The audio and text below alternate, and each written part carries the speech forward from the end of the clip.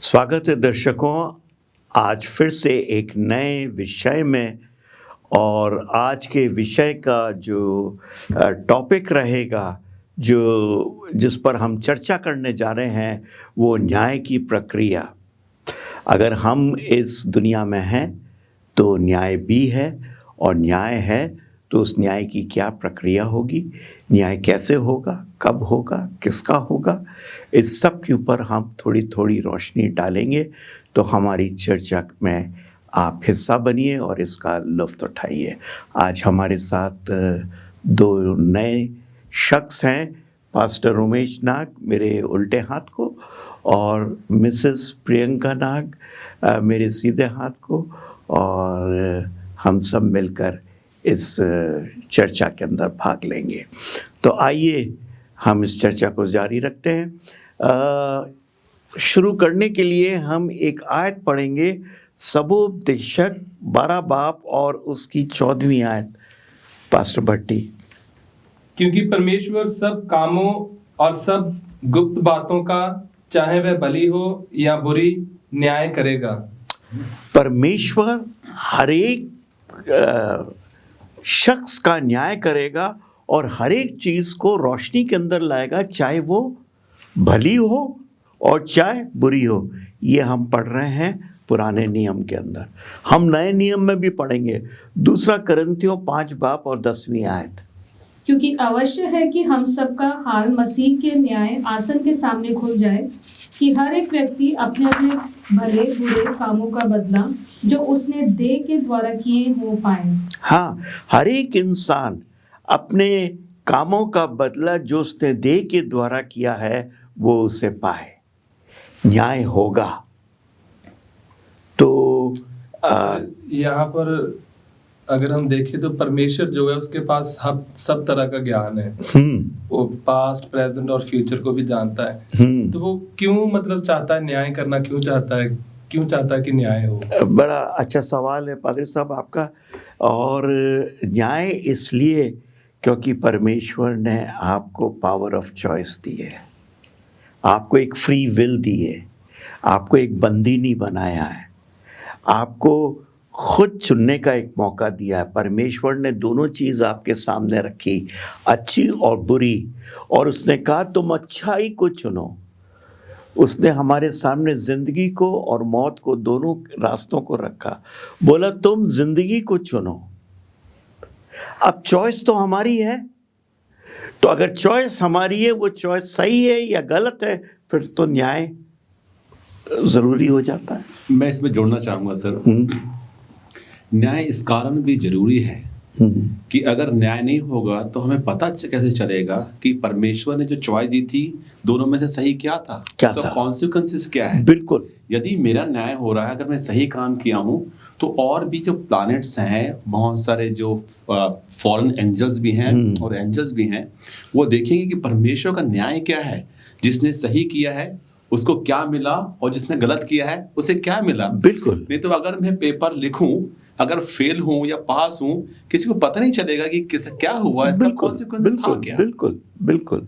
तो न्याय बहुत जरूरी है। आपकी बात से मैं ऐड कर रहा हूँ कि मैं समझता हूँ कि परमेश्वर सब जानता है, लेकिन जो दूसरे प्लैनेट्स हैं, जैसे पादी साहब ने कहा, और जो स्वर्ग में एंजल्स हैं, वो उतना नहीं जानते जो परमेश्वर जानता है। आज हमारी चर्चा का देखें यही विषय रहेगा कि क्या प्रक्रिया रहेगी न्याय की, और इसी पर हम, जैसे आप जो कह रहे हैं ना कि न्याय क्यों ज़रूरी है और किस तरीके से ये होगा।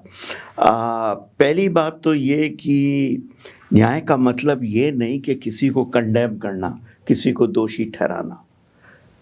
परमेश्वर का ये मकसद नहीं है। पर परमेश्वर का मकसद ये है कि पूरा यूनिवर्स ये जान जाए कि उसके पास न्याय है, और वो हर एक चीज़ न्याय के अंडर में या न्याय के तहत ही करता है, उसके से अलग नहीं होता। एक चीज़ में मेरे जहन में एक विचार आ रहा है कि कहीं ना कहीं क्या न्याय हमको परमेश्वर से करीब लेके रखता है। अगर न्याय ना हो तो हम तो पूरी तरीके से हमारे लिए गलत कर रहे हैं, वो भी सही हो गया फिर। तो क्या न्याय हमें परमेश्वर के करीब लगता है? अब आपका कहना अच्छा और बड़ी गहरी बात है ये कि पर क्या न्याय हमें परमेश्वर के करीब रखता है। देखिए, न्याय परमेश्वर के करीब रखता है कि नहीं ये मुझे मालूम नहीं, लेकिन मुझे इतना मालूम कि न्याय के साथ अनुग्रह भी है। परमेश्वर का जो न्याय है वो एक मिश्रण है, वो अनुग्रह का और न्याय का मिश्रण है। तो वो अनुग्रह हमें परमेश्वर से बांधे रहता है। बिल्कुल सही। न्याय अपनी जगह खड़ा है, 10 हुक्म अपनी जगह खड़े हैं। 10 हुक्म हमें कंडेम करते हैं कि तूने पाप किया, तूने पाप किया, तूने पाप किया। लेकिन उस पाप के साथ मुझे अपना परमेश्वर भी दिखता है कि एक अनुग्रह का परमेश्वर है और उसके अनुग्रह की वजह से मैं उससे चिपका रहता हूँ। ये है, कनेक्टेड है, ये कनेक्टेड है। तो परमेश्वर के अनुग्रह से हम जीवन पाते हैं, उसका न्याय में उसका अनुग्रह है। फिर हम देखते हैं विश्वास या ईमान जो हम प्रभु यीशु मसीह में रखते हैं, उससे हम निर्दोष ठहरते हैं और निर्दोष साबित होते हैं। जस्टिफिकेशन जिसको अंग्रेजी में बोलते हैं। और एक चीज़ का ज़रूर है कि हमारा न्याय कर्म आधारित होगा। ये जो बहुत से क्रिश्चियन चर्चेज और लोग ये कहते हैं कि नहीं, पर परमेश्वर का अनुग्रह इतना है कि हम सब माफ़ कर दी जाएंगे। मेरे को एक चीज़ बताइए पादरी साहब, अगर मैं पाप करता जाऊं और परमेश्वर मुझे माफ़ करता जाए, तो मेरे पाप करने में वो मेरी सहायता कर रहा है या पाप से निकालने में मेरी सहायता कर रहा है? ये तो बड़ा अजीब सा हो जाएगा। फिर ऐसा लगेगा कि उसका कोई महत्व ही नहीं है। अगर वो 12 माफ़ कर रहा है, ये तो उसकी बहुत बड़ा हृदय है कि माफ़ कर रहा है। हाँ। लेकिन हर चीज़ का एक अंत है। लेकिन अगर हम जानबूझ के कोई पाप करते हैं तो मुझे लग रहा है वो माफ़ करना भी सही नहीं होगा। अगर मैं जानबूझ के कुछ गलत करती ही जा रही हूँ और मुझे माफ़ी मिलती जा रही, तो शायद एक तरह से शैतान हुआ है। देखिए, मैं अपन इस चर्चा को कंक्लूड करेंगे यहाँ पर। मैं एक चीज़ बहुत साफ कर देना मांगता हूँ अपने बीच में और हमारे दर्शक जो हमारे हिस्सा हैं। परमेश्वर हमें पाप में माफ़ नहीं करता। परमेश्वर हमें पाप में माफ़ नहीं करता। परमेश्वर हमें पाप से माफ़ करता है। हमें पाप से निकाल कर माफ़ करता है। हम जाने इस चीज़ को। ये बिल्कुल नहीं है कि हम पाप में पड़े रहें और परमेश्वर हमें माफ़ कर देगा। फिर तो परमेश्वर पाप को बढ़ावा दे रहा है। और अगर ऐसे माफ होते रहे तो वो पाप ही नहीं रहेगा। पाप नहीं रहेगा। तो एक छोटा सा ब्रेक ले लें और इस अच्छी चर्चा को हम जारी रखेंगे। दर्शकों, एक ब्रेक के बाद हम वापस लौटते हैं।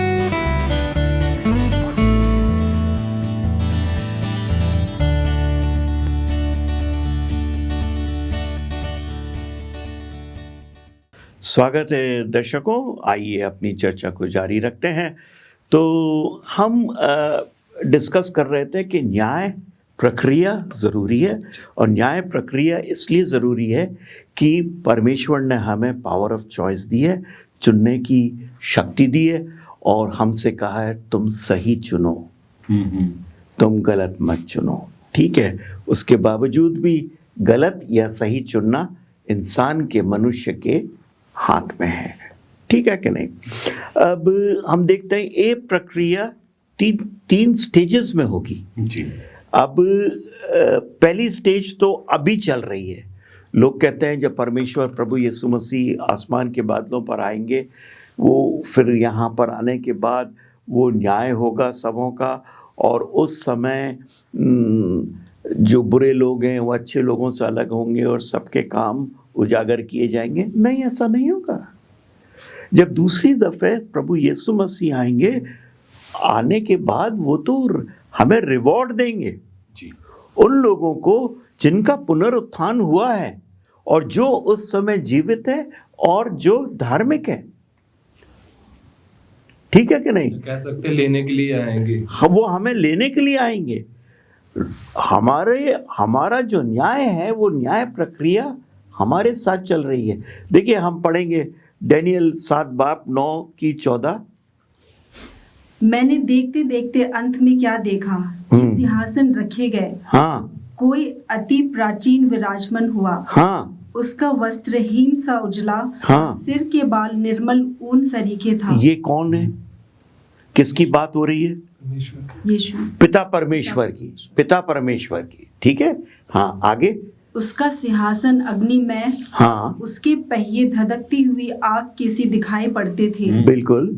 उस प्राचीन के सम्मुख के आग की धारा निकल कर बह रही थी। हाँ। फिर हजारों हजार लोग उसकी सेवा टहल कर रहे थे। हाँ। और लाखों लाख लोग उसके सामने हाजिर थे। फिर न्यायी बैठ गए और पुस्तकें खोली गई। देखें, जब जजमेंट स्टार्ट होता है तो नेचुरली रिकॉर्ड सामने आते हैं कि भाई क्या इसका क्राइम रहा, क्या इसका, ठीक है नहीं।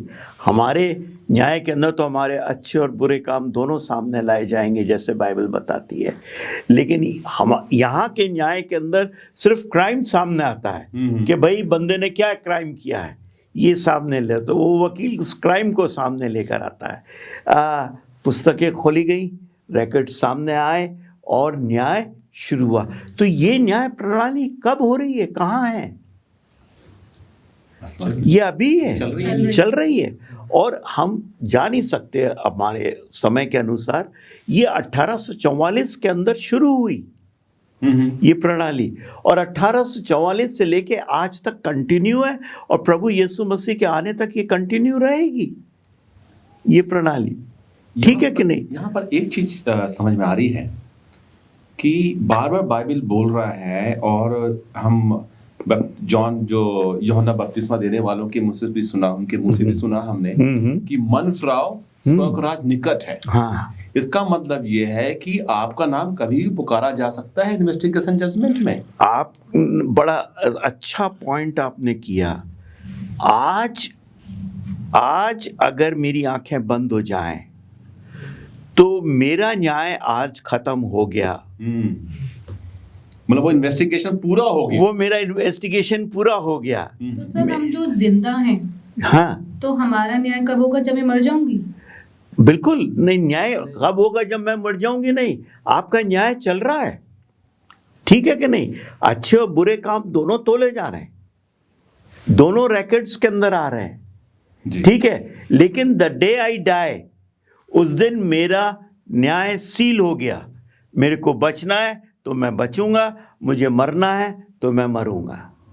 अगर मैं बचूंगा तो मेरा पुनरुत्थान होगा, और अगर मैं मरूंगा तो मेरा पुनरुत्थान नहीं होगा।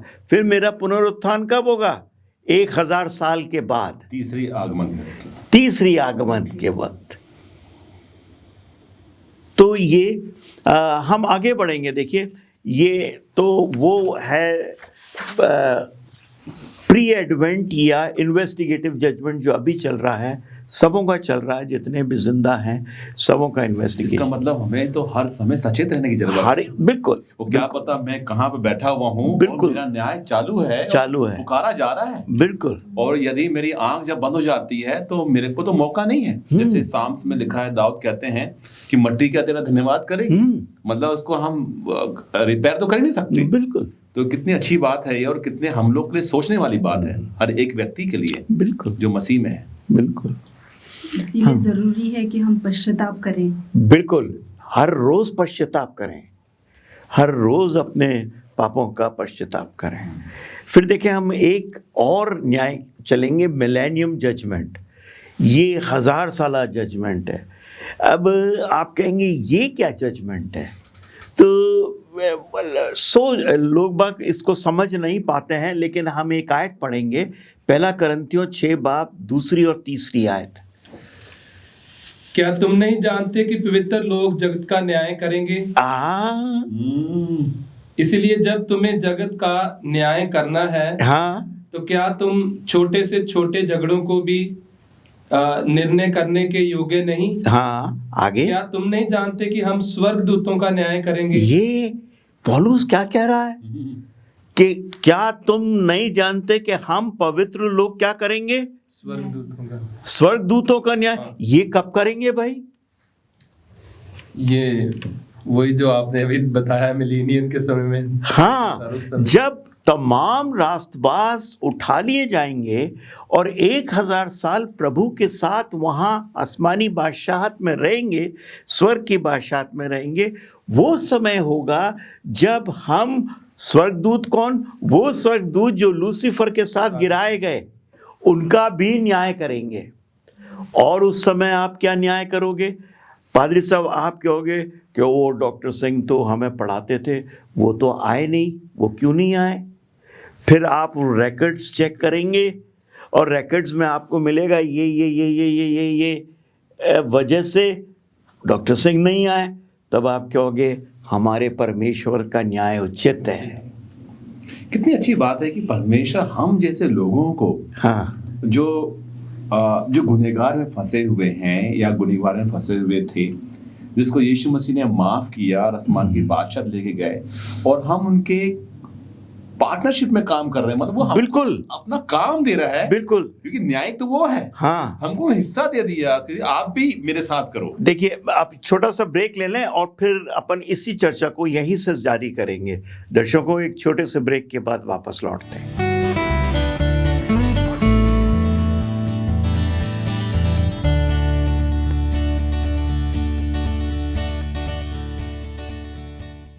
स्वागत है दर्शकों, आइए अपनी चर्चा को जारी रखते हैं।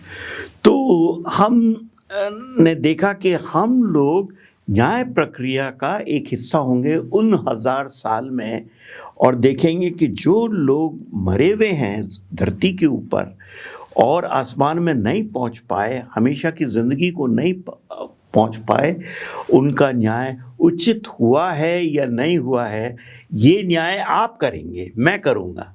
वो लोग जो बच गए वो लोग करेंगे। इसीलिए पौलुस रसूल वो पहले करंथियों में इस चीज़ को दर्शा रहा और बता रहा है।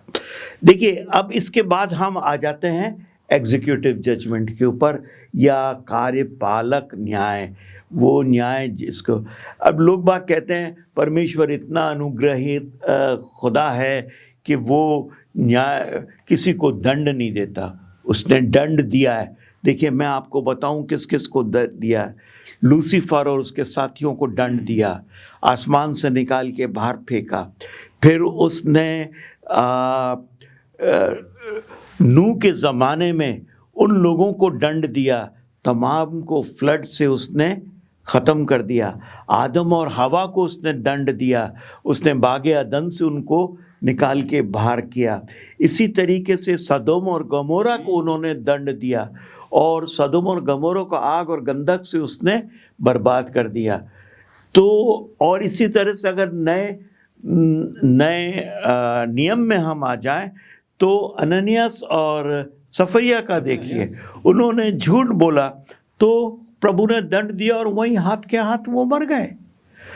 तो प्रभु दंड देता है, प्रभु आपको वहां तक देता है, पूरी ढील देता है जहाँ तक डिसीजन आपका है और सही चॉइस आपको करनी है अपने लिए। लेकिन आप गलत चॉइस करते चले जा रहे हैं तो दंड के भागीदार आप होंगे, मैं हूँगा अगर गलत चॉइस का भागीदार। लेकिन मैं रिपेंट करके, पश्चाताप करके उसके पास लौटता हूँ और अपने उस पाप से, उस गुनाह से अपने आप को दूर करता हूँ, तो प्रभु ज़रूर माफ़ करेंगे और मुझको अपनाएंगे, और तब उनका अनुग्रह एक्शन के अंदर आएगा। तो हम चाहेंगे कि एक आयत पढ़े, दूसरा पतरस 2 बाब और उसकी 9वीं आयत। तो प्रभु भक्तों को परीक्षा में से निकाल लेना और अधर्मियों को न्याय के दिन तक दंड की दशा में रखना भी जानता है। हाँ, न्याय के दिन तक दंड की दशा में रखना भी जानता है। वो स्वर्ग के राज से उसने लूसीफर को, उसके फरिश्तों को निकाल दिया, उनको बहुतों को, उसमें से ज़्यादातर फरिश्तों को उसने कैद कर दिया। इस कहने का मतलब यहाँ पर ये भी समझ में आ रहा है कि इवन जो अधर्मी लोग हैं, परमेश्वर उनको आखिरी तक मौके देता चला जा रहा है। बिल्कुल। इसका मतलब ये नहीं है कि वो दंड उनको नहीं मिलेगा, वो माफ कर रहा है आखिरी समय तक। लेकिन जब हम ही उसका हाथ छुड़ाकर हम ही चूज कर रहे हैं मृत्यु को, मृत्यु वो दे नहीं रहा लेकिन हम चूज कर रहे हैं मृत्यु। बिल्कुल बिल्कुल। बाइबल में नूह के समय में देखें तो यही एग्जैक्ट जो आपने बात की है कि सीधा उनके ऊपर वो पनिशमेंट ही, उनको दंड ही नहीं दिया, बल्कि उससे पहले उनको बहुत मौका भी दिया। 120 साल बहुत होते हैं। रिपेंट करें वो, और जो जो नाम आपने लिए अगर देखेंगे तो कहीं ना कहीं खुदा उनको मौका दे रहा है सबको। बिल्कुल बिल्कुल। मैं चाहूँगा हम जल्दी से पढ़ें, अब टाइम हमारा ख़त्म हो रहा है। रेवलेशन 20 बाब उसकी 14 और 15वीं आयत। मृत्यु और अधोलोक आग की झील में डाले गए। अब देखिए, गौर से देखिएगा, मृत्यु और अधोलोक, परमेश्वर का सबसे बड़ा दुश्मन कौन है? शैतान है? मृत्यु नहीं, मृत्यु। मृत्यु जैसे सबसे बड़ा दुश्मन जो परमेश्वर का है वो मृत्यु है। क्यों है मृत्यु? क्योंकि वो खुद जीवन है। खुद जीवन है। Very good. परमेश्वर, जीवन और मृत्यु साथ नहीं रह सकते। बिल्कुल। तो परमेश्वर का सबसे बड़ा दुश्मन कौन है? मृत्यु। यहाँ पे क्या लिखा हुआ है? मृत्यु और अधोलोक आग की झील में डाले गए। मृत्यु और अधोलोक, अधोलोक क्या? कब्र। ठीक है कि नहीं? मौत को कहाँ डाल दिया? आग की झील। आग की झील में। और ये आग की झील दूसरी मृत्यु है। हाँ। और जिस किसी का नाम जीवन की पुस्तक में लिखा हुआ ना मिला, हाँ, वे आग की झील में डाला गया। आग की झील में डाला गया। तो आग की झील, ये जिसको दूसरी कलीसियाओं ने हेल बोल दिया और उसको ये बता दिया कि ये नर्क है और हमेशा की आग जलती जाएगी और ये होगा और वो होगा, ऐसा नहीं है। ये वो आग है जो हमेशा के लिए मृत्यु को और तमाम उन बदकार लोगों को हमेशा के लिए क्या कर देगी? भस्म कर देगी, ख़त्म कर देगी, उसका सर्वनाश कर देगी, उसका कोई एग्जिस्टेंस नहीं रहेगा। तो यहाँ पर आप कहना चाह रहे हैं कि जहाँ लिखा है कि हमेशा हमेशा की आग, का मतलब ये कह सकते हैं यहाँ पर सीधी सीधी है कि हमेशा की मौत, हमेशा हमेशा की मौत, मतलब एक बार झील में गए, कंज्यूम हो गया, कंज्यूम हो गया। जैसे सदोम और अमोरा की बात करें, अभी तक नहीं चल रहा है, नहीं चल रहा है, वो तो पूरा खत्म हो गया, बिल्कुल खत्म हो गया। तो एक अगर हम देखते हैं तो परमेश्वर के अनुग्रह की, हम उसके प्यार की बात कर रहे थे, तो हम कहते हैं कि हमें भी अपॉर्चुनिटी देगा, उसके साथ हम न्याय करेंगे। और यहाँ पर अगर हम देखें तो ये जो सिनर लोग जो आग में जाएंगे, यहाँ पर भी परमेश्वर कहीं ना कहीं दया दिखा रहा है कि वो हमेशा न जलते रहे। हाँ, तो वही तो उसका प्रेम है। देखिए, अगर उसके हमेशा के लिए अगर लोग जल रहे हैं, आहाकार कर रहे हैं, और जैसे कि लोग बताते हैं कि वहाँ पर ऐसा होगा कि आत्माएं जलती रहेंगी। पहली बात तो आत्मा होती नहीं है, पर फिर भी आत्माएं जलती रहेंगी। तो क्या वो परमेश्वर प्रेम का परमेश्वर है? नहीं है। वो उसके यूनिवर्स में एक ऐसा डिपार्टमेंट है जहां आग जल रही है और लोग भस्म हो रहे हैं, और ऐसी आग जो उनको पूरा जला भी नहीं रही है और उनको तड़पा रही है और उनको किसी तरह से टॉर्चर कर रही है। तो क्या वो प्यार का परमेश्वर हुआ है? नहीं। उसका जजमेंट है, या तो तुम जीवन पाओ या तुम मृत्यु पाओ, एक में से दो में से एक को तुम चुनो। आखिर हम पढ़े रेवलेशन 21 बाब और 8वीं आयत, और हम इसे खत्म करेंगे। परंतु डरपोकों और अविश्वासियों और घिनौनों और हत्यारों, हाँ, और व्यभिचारों, हाँ, और टोन्हों और मृत्यु पूजकों, मूर्ति पूजकों और हाँ, सब झूठों का भाग उस झील में मिलेगा, हाँ, आग और गंधक से जलती रहती है। हाँ, ये दूसरी मृत्यु है। ये दूसरी मृत्यु है। वो झील जो आग से, गंधक से जलती रहेगी, जलती मतलब हमेशा के लिए नहीं। ये पृथ्वी आग और गंधक से क्या हो जाएगी? पवित्र करी जाएगी। ये बिल्कुल जल के भस्म करी जाएगी, ये आकाश टल जाएगा, ये पृथ्वी टल जाएगी और नया आकाश और नई पृथ्वी होगी। देखिए जल्दी से मैं आपके सामने जाऊंगा, अगर आप हिंदी में पढ़ें क्योंकि मेरे पास तो अंग्रेजी की बाइबल है। रेवलेशन 21 प्रकाशित वाक्य 21 का पहली आयत से देखिए। फिर मैंने नए आकाश और नई पृथ्वी को देखा। नए आकाश और नई पृथ्वी, तो ना तो आकाश ये वाला है और ये पृथ्वी भी पुरानी वाली नहीं है, एक नया आकाश और नई पृथ्वी है। फिर मैंने एक नए आकाश और नई पृथ्वी को देखा और आगे क्या, क्योंकि पहला आकाश और पहली पृथ्वी जाती रही। ये देखिए खत्म हो गई, वो सब खत्म हो गई। वो कैसे खत्म हो गई? वो आग और गंधक की झील में सब भस्म हो गई, हमेशा के लिए खत्म हो गई, डिस्ट्रॉयड फॉर एवर। ये नहीं कि they are going to be there forever, no, they are, everything is destroyed, wicked are destroyed, Satan is destroyed, his angels are destroyed, everyone is destroyed, सब destroyed। और एक नई जमीन, नया आकाश। और आगे पढ़े तो बड़ी खूबसूरत आयत है, चौथी आयत देखिए आप, चौथी पढ़िए। और वह उनकी आंखों से सब आंसू पोंछ डालेगा। देखिए कितना खूबसूरत है। और आगे, और उसके बाद मृत्यु ना रहेगी, हाँ, ना शोक, ना हाँ, विलाप, ना हाँ, पीड़ा रहेगी, हाँ, पहली बातें जाती रहेंगी। हाँ, देखिए कितनी अच्छी चीज है। नया आसमान, नई जमीन, नई दुनिया।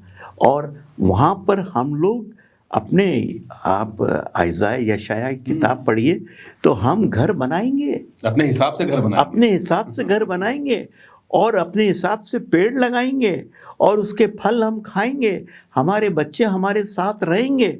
लोग कहते हैं कि हम फरिश्तों की तरह रहेंगे, फरिश्तों की तरह रहेंगे, लेकिन we will live as a family. God is going to restore what was lost. That is the plan of salvation. वो उस चीज को रेस्टोर करेगा जो खो गया, जो आदम और हवा ने खो गया। खुदा ने आदम और हवा को एक फैमिली बनाया, प्रभु उस फैमिली को रेस्टोर करेगा। बिल्कुल सही, ठीक है कि नहीं? और हम उस नए आकाश और नई धरती के ऊपर आएंगे।